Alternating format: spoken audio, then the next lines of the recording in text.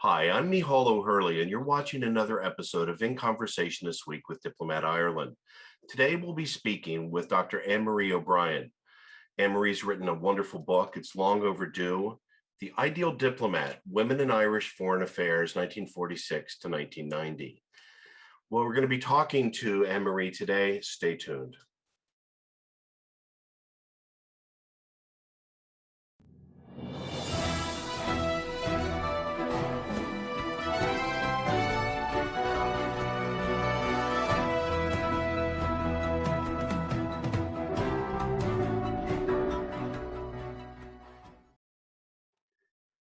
Welcome, Anne-Marie. How are you? I'm good. How are you? I'm great, thank you. Tell me about what inspired you to write this book.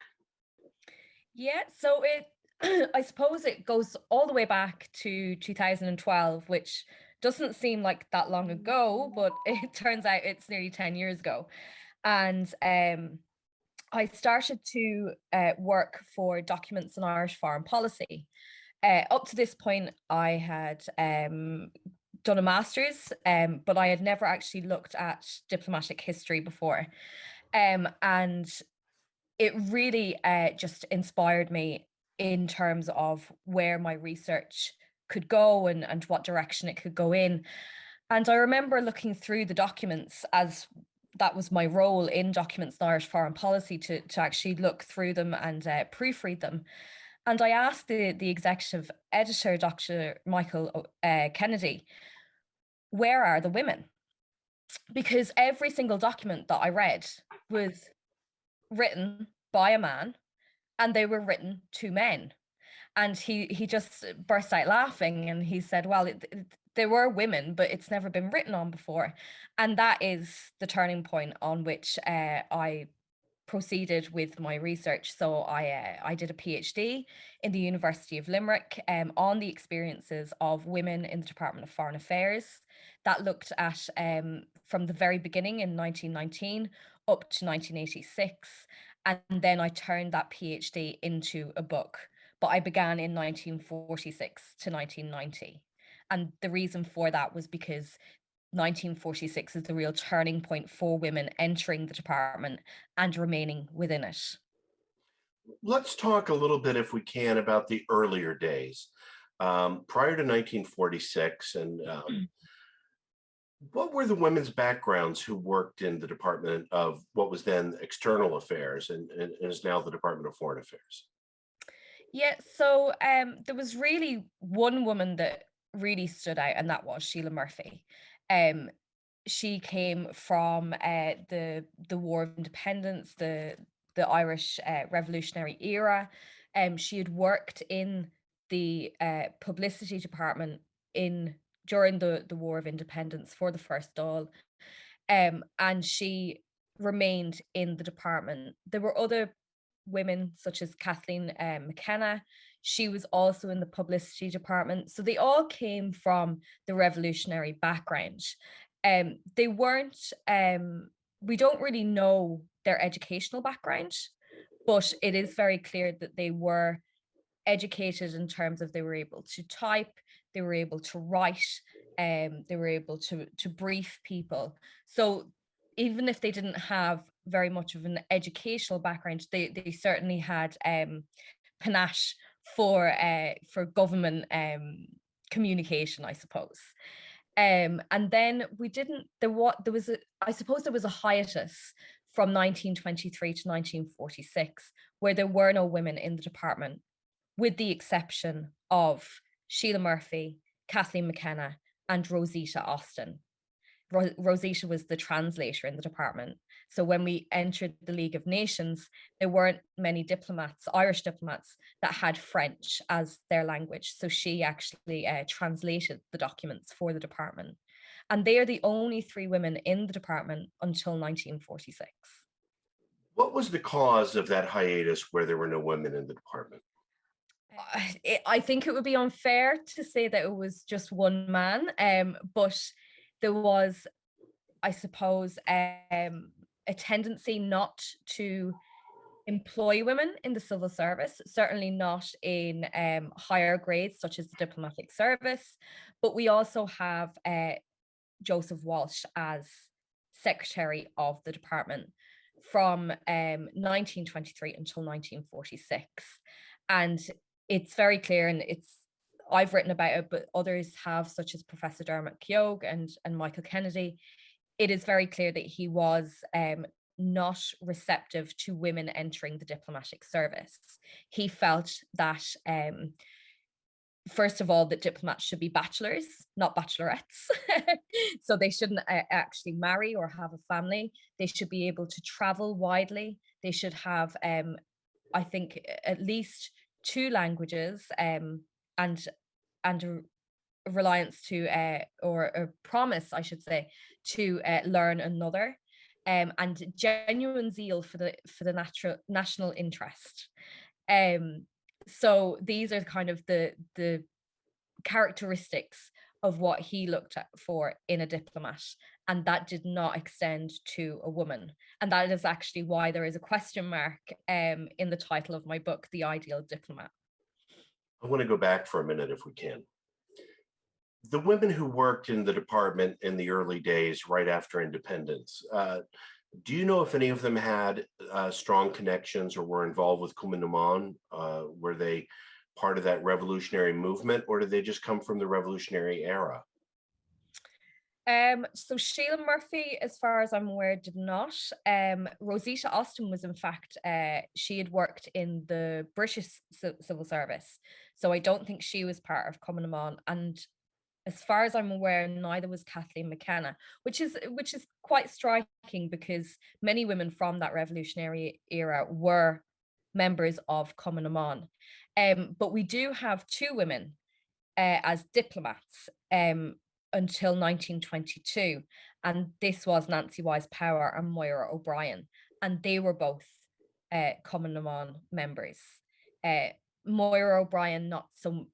She was an unofficial member, so Communaman had asked her to not become an official member of the organization, so she could do work in the background and not be found out. And Nancy Wise Power, like her mother was Jenny Wise Power, so she was high up in the organization. And I should have mentioned those 2 at the very beginning when we were talking about the early years. Tell me, did you find it odd, as a woman, as a human being, that Communaman, these women were instrumental to Irish independence and in the early foundation of the state? You had people like Constance Markievicz serving in the Dáil, and yet women were pushed down in the diplomatic corps or out altogether. What do you do to what do you ascribe that dichotomy? I think this really happened in the formation of the new Irish Free State. Up to that point, it was very clear that women were needed. So we did have Nancy Wise Power and Moira O'Brien in Spain and Germany, respectively. We had, as you mentioned, Constance Markievicz as Minister for Labour.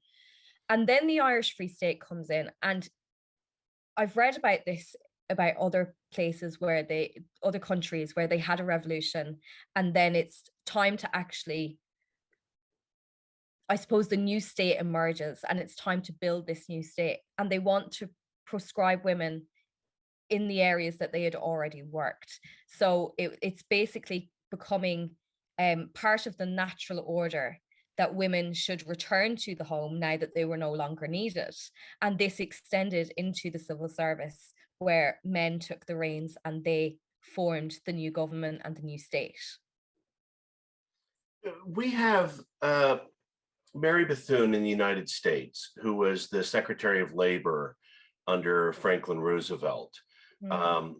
We have a history of people like Eleanor Roosevelt, who visited the front because FDR couldn't, because he was wheelchair bound, and who was instrumental at the beginning of the United Nations. So we have these very close relationships between Ireland and the United States.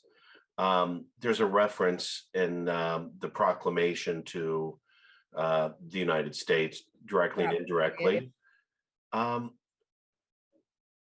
What do you think women were thinking at the time about why women could excel in the United States and yet here they couldn't? I think it's quite hard to answer that question because when you actually look at documents, you will see that there is a cohort of women in that era that were quite happy to be at home. Not all women, and certainly not the ones that we know about, such as Hannah Sheehy Skeffington and the likes of that ilk. But there like there was no uprising from women. There was no you know, real campaign for women's rights other than um Hannah Sheehy Skeffington, and then really until the 1960s when the Irish women's lib movement was founded.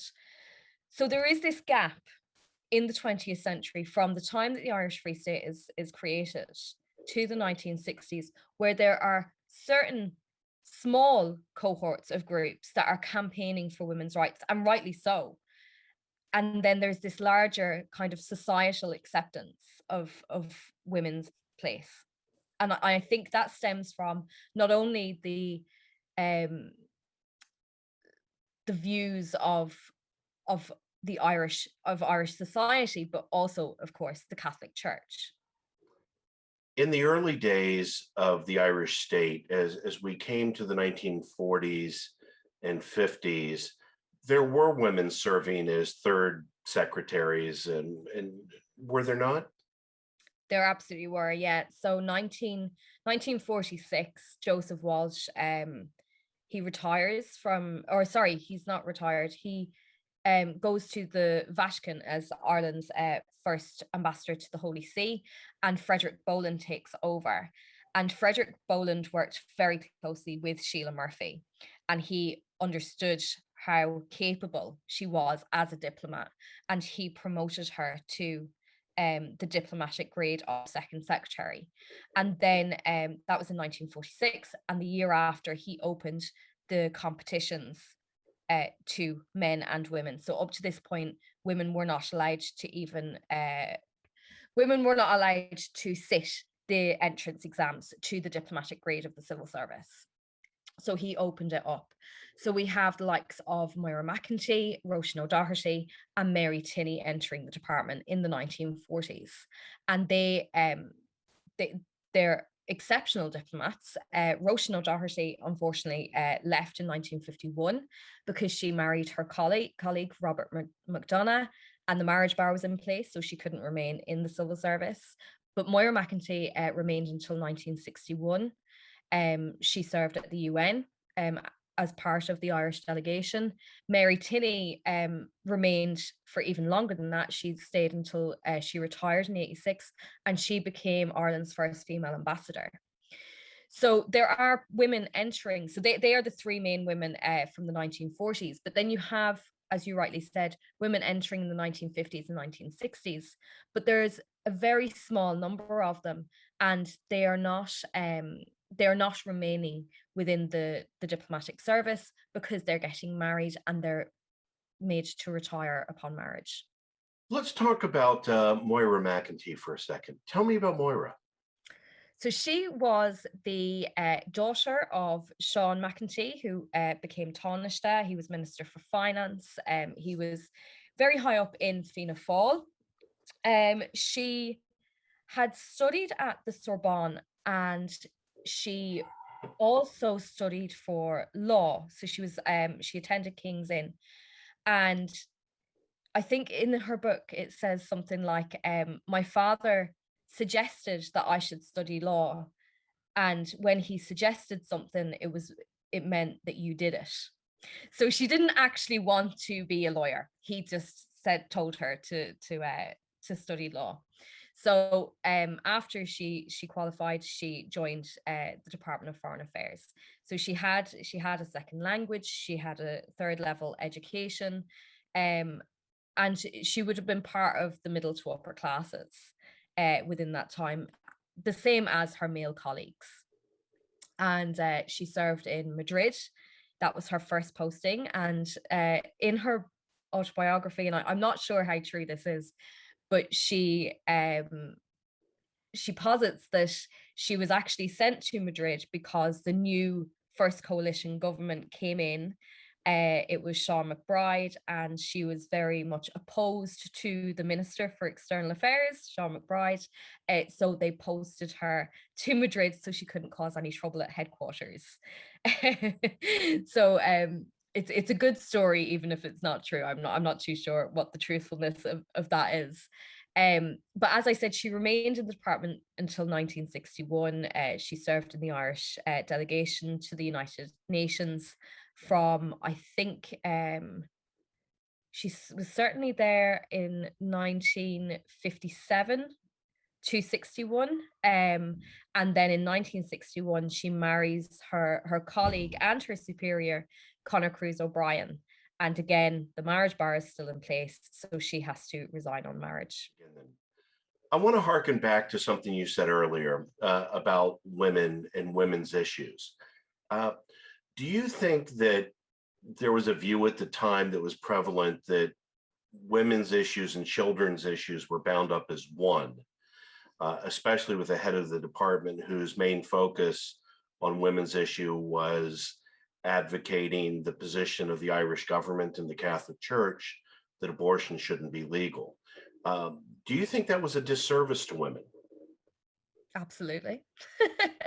So yes, it was the role of wife and mother were absolutely bound up, and this is most prevalent in the 1937 Constitution, which protects the role of the mother to remain at home, and not the wife, the mother.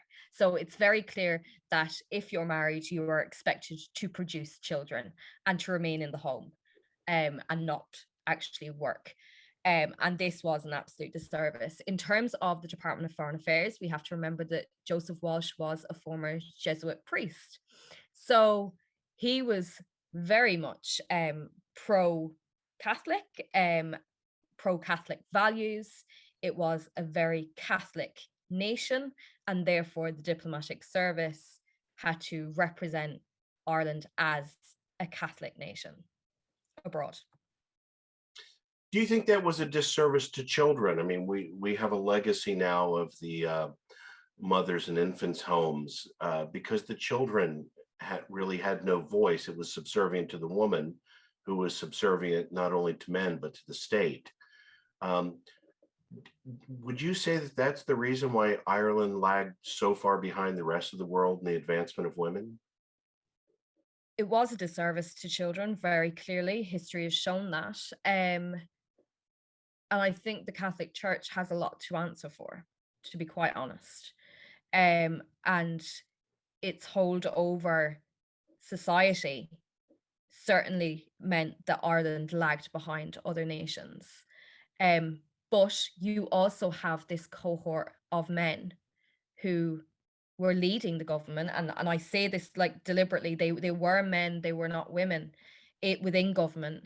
And it didn't matter whether whether it was Cumann Gael, whether it was Fianna Fáil, they were all fervent Catholics. They were very much in tune with the Catholic Church. For example, De Valera actually consulted the Archbishop on the 1937 Constitution, like who actually invites the church to write your constitution of your country. So that should tell you everything that you need to know. So I think that is the reason why Ireland lagged behind in terms of women's rights, in terms of children's rights, in terms of society in general. I want to talk about the 1937 Constitution just very briefly. You talked about the Bunreacht na hÉireann, the proviso that women who are married remain at home. Does that still exist today? Yes, it does. It is still in our Constitution today. So when I'm lecturing my students on the Constitution, I tell them that I should not be here. I should, in this lecture hall, I should be at home looking after my children. It is still in the Constitution. there was a citizens' assembly very recently, I think this year, and they have voted to have it removed. So I would imagine that it will be removed within the next year or so. But at present, it is still in our constitution. Yes. Well, I congratulate you on your good trouble by breaking the Constitution and teaching my dear old friend and mentor, John Lewis, a civil rights activist in the United States, says that we should all be compelled to do um, uh, bad for the good. Yeah. I want to jump ahead now and talk about Josephine McNeill, who you referenced earlier. What was so remarkable about her in 1950 being in The Hague? So Josephine McNeill was the widow of James McNeill, who was the former Governor General of Ireland. She certainly had diplomatic experience in terms of being his wife while he served. Um, she entertained, she was a diplomatic spouse. She also she was educated. She was very well educated. Um, but I think her real value in terms of her appointment was because Sean McBride came in 1948 as Minister for External Affairs, as I've already said. And he was the founder and leader of Clon na Poblachta, a political party which Josephine McNeill was a member of and a political ally of. So he appointed her on the basis of her political affiliation with Clon na Poblachta. Now I think that does Josephine McNeill a disservice. Um, as I said, she did have experience. She was educated. Um, and she certainly, she after The Hague, she went on to serve in other countries, which were not appointments by Sean McBride, which to me shows that she actually was a very able diplomat, that she was appointed by people other than Sean McBride. But really that I think most Irish diplomatic historians will argue that her appointment at first was certainly a political appointment on behalf of Sean McBride. And of course, she wasn't a career diplomat. So she didn't work her way through the ranks. And a career diplomat had never been appointed in Ireland before. I know in the US, that political appointees are very regular, but in Ireland, I think we've had two political appointments in nearly 100 years, or 100 years. So it just shows what an anomaly McNeill's appointment was. Well, that's an interesting topic in coming on the heels of the recent debacle with the appointment of an advocate for Ireland at the UN that was ultimately withdrawn. It's an interesting conversation we ought to have at another time about whether ministers should be able to appoint people that they trust and know and advocate their views, as opposed to people who competitively bid for jobs in a civil service type manner. But well, I don't want to like get into it, but what I will say is when you have this knowledge of Irish foreign policy, a knowledge that is probably more than what the average Irish person would have, you can see how the media inflates what is essentially a storm in a teacup. I don't think it would have taken on the tone that it did without the media. Oh, thank you for brandishing my brothers and sisters in the media. I think you're absolutely right. When I take a look at the issues that Ireland's confronting, the fact that we are at the UN Security Council at present, chairing it this month. Yeah. Simon Coveney has proven himself very capable as a foreign affairs minister. And Taoiseach Micheál Martin is at the UN this week. Yeah. It was unfortunate that those around the world looked at Ireland over this single appointment as opposed to all the wonderful things that we've done and all the challenges we have yet to tackle. Let's jump ahead to 1973. It's kind of a landmark year with the Commission on the Status of Women report being published. But why was 1973 important for women Irish diplomats? 3 words: European Economic Community. There is without doubt no way that what did happen in 1973 would have happened without Ireland becoming a member of the EEC. So what happened in 1973? The marriage bar was lifted, which means that women can work in the Irish diplomatic service, they can remain in the diplomatic service after marriage, and they can become councillors, assistant secretaries, ambassadors, and potentially secretary general, although as we all know that hasn't yet happened. So that is the defining moment, I think, or one of the defining moments of Irish diplomatic history in the context of women. And of course, in the same year, we have our first female ambassador, Mary Tinney. Tell me about Mary Tinney. Mary Tinney was born in Scotland in the 1920s. I think she was educated to 3rd level. Not much is known about her. She came from a musical family. She was very musical. Her nephew Hugh Tinney is I think still a musician.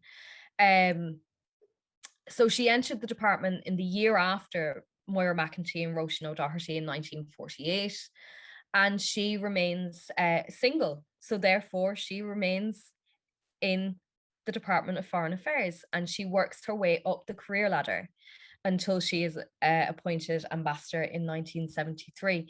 Now, her appointment, I think I look in the book at how long it took her to become an ambassador. And I think it's something like 26 years, which is slightly longer than her male contemporaries, but not overly. Like, I think you're talking about 20 years on average in the department before somebody becomes ambassador. So 26 years, like you can argue the toss for 6 years. But she was appointed ambassador to Sweden in 1976. She was the first Irish ambassador to Poland. We actually established diplomatic relations with Poland, and she ended her career in 1986 in Kenya. So she was the first female Irish ambassador in Africa. I know your book ends in 1990. Yeah. But a lot has happened since then. We have Mary Robinson, who was a giant in human rights at the UN, has been a great advocate for climate change. Yeah.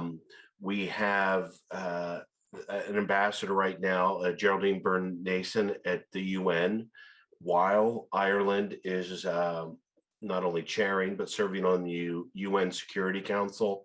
Yep. There are phenomenal female diplomats. I believe the new ambassador in Kyiv is a female. She's served in Russia and China. Is it different? Is it enough? Is there more work to do? Yes, yes, and yes. Tell me about that. My book ends in 1990 because of practicality more than anything. So I didn't have access to archival documents after 1990. So that's why it ends there. But you're absolutely right. 1990 is again a pivotal moment in the Irish diplomatic service. We have our second female ambassador, Margaret Hennessy, who is appointed to India. The following year, 1991, we have Thelma Doran. She's appointed to China. And then in 1995, we have Anne Anderson. Anne Anderson is the trailblazer of Irish female diplomats. So she became the first permanent representative to the EU. And when she was appointed to Brussels in 1995, and I've spoken to Anne, I interviewed her, and she said she walked into the meeting and they're all around this big table, and she is the only woman. She is the first head of mission of any European Union member state. Female head of mission. So no other country had appointed a female head of mission at that stage. She went on to become the first female ambassador to France, the first female ambassador to Washington, D.C. So when I say she's a trailblazer, it's no underestimation. It's not hyperbole. She is. So yeah, a lot has happened since 1990. Hopefully it will be material for a follow-up book in 10 years time or something. But there is still more to be done. So as I alluded to earlier, we have not had a female Secretary General. We've not had a female ambassador to Germany. We have not had a female ambassador to London. So there are key positions within the diplomatic service that are still male preserves. We only got our first female political director in 2019 with Sonia Hyland. So there are key political positions that need to be filled by women, but secondary to that, we need to, or the department, I should say, needs to understand what it can do and what it needs to do to promote these women and to make it easier for them to actually climb the political ladder. So, we've already spoken about the Constitution, and it's still, society's view is still that, women should look after their children and etc., etc. But there's practical elements that need to be considered. And this is within all administrations, not just the Department of Foreign Affairs. But for example, if you're a new mother coming back to work and you want to breastfeed, how are you meant to breastfeed when you're at work? Where do you go to pump? It's practical things like that the department, the government, other administrations and businesses need to put in place to make being a mother and having a good career, having compatibility within them two parts of your life. So that's just one example that I give you in terms of breastfeeding. But there are others in terms of childcare, being able to afford childcare, etc. So there are still things that need to be done, but there has been a vast improvement since the 1920s. Are you concerned at all that when we talk about improvement, that people will become complacent? I think if we keep banging the drum and just keep banging the drum that little bit louder every time a little bit of progress is made, then maybe it can't become complacent, and people can't become complacent. In terms of women are going nowhere. They're not going anywhere in the workplace. They're going to remain, and there is going to be, I think people are going to see where other improvements can be made. So in terms of the Department of Foreign Affairs, in fairness to them, they actually ran a gender equality audit in 2013.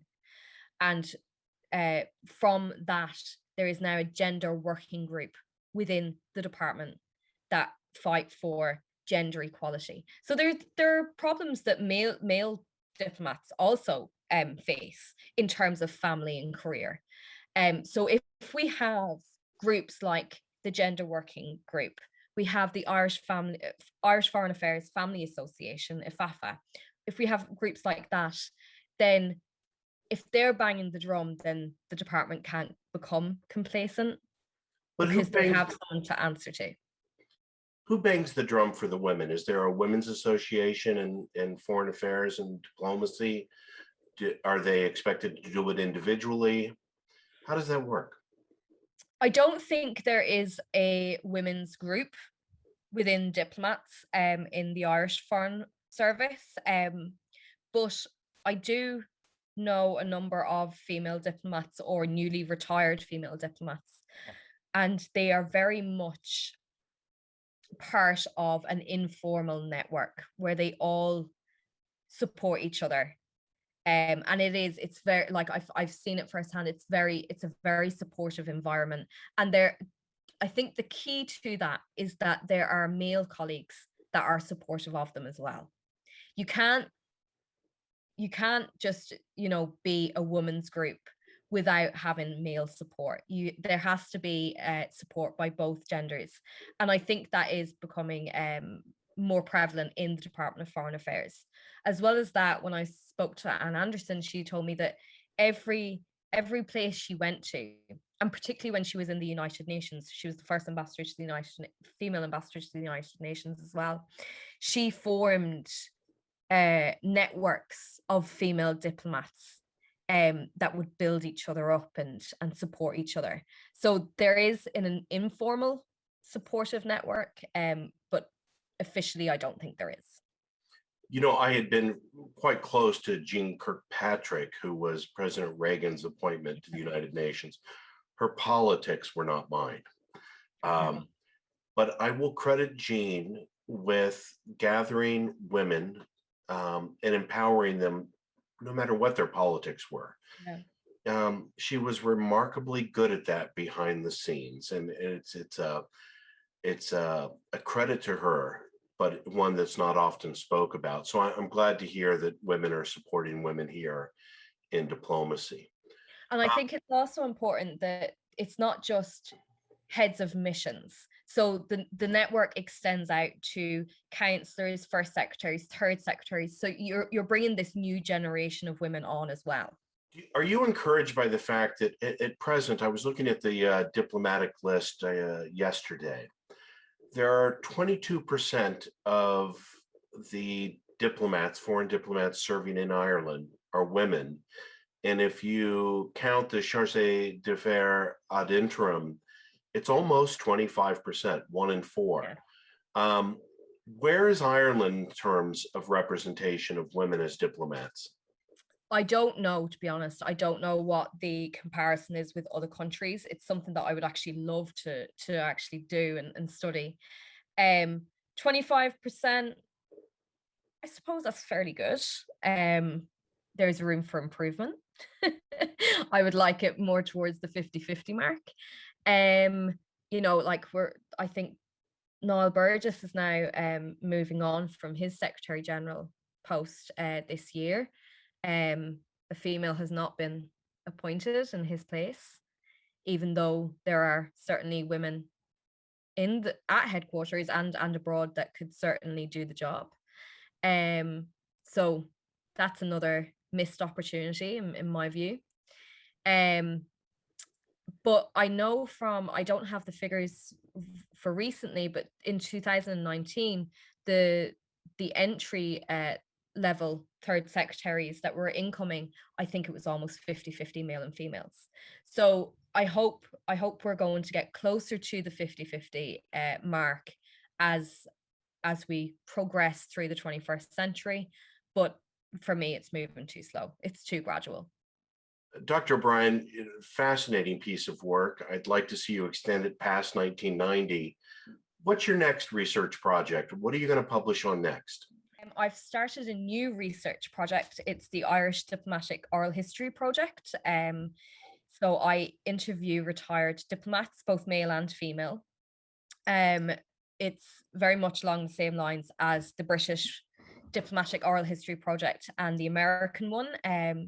In terms of, I interview them about their careers, about the policies they worked on, and really try and go behind the scenes in terms of diplomacy and gain information that is not provided in the official documents. So I've conducted 20 interviews so far. It's almost 50-50 male and female, which I think is lacking in the certainly in the British Oral History Project anyway.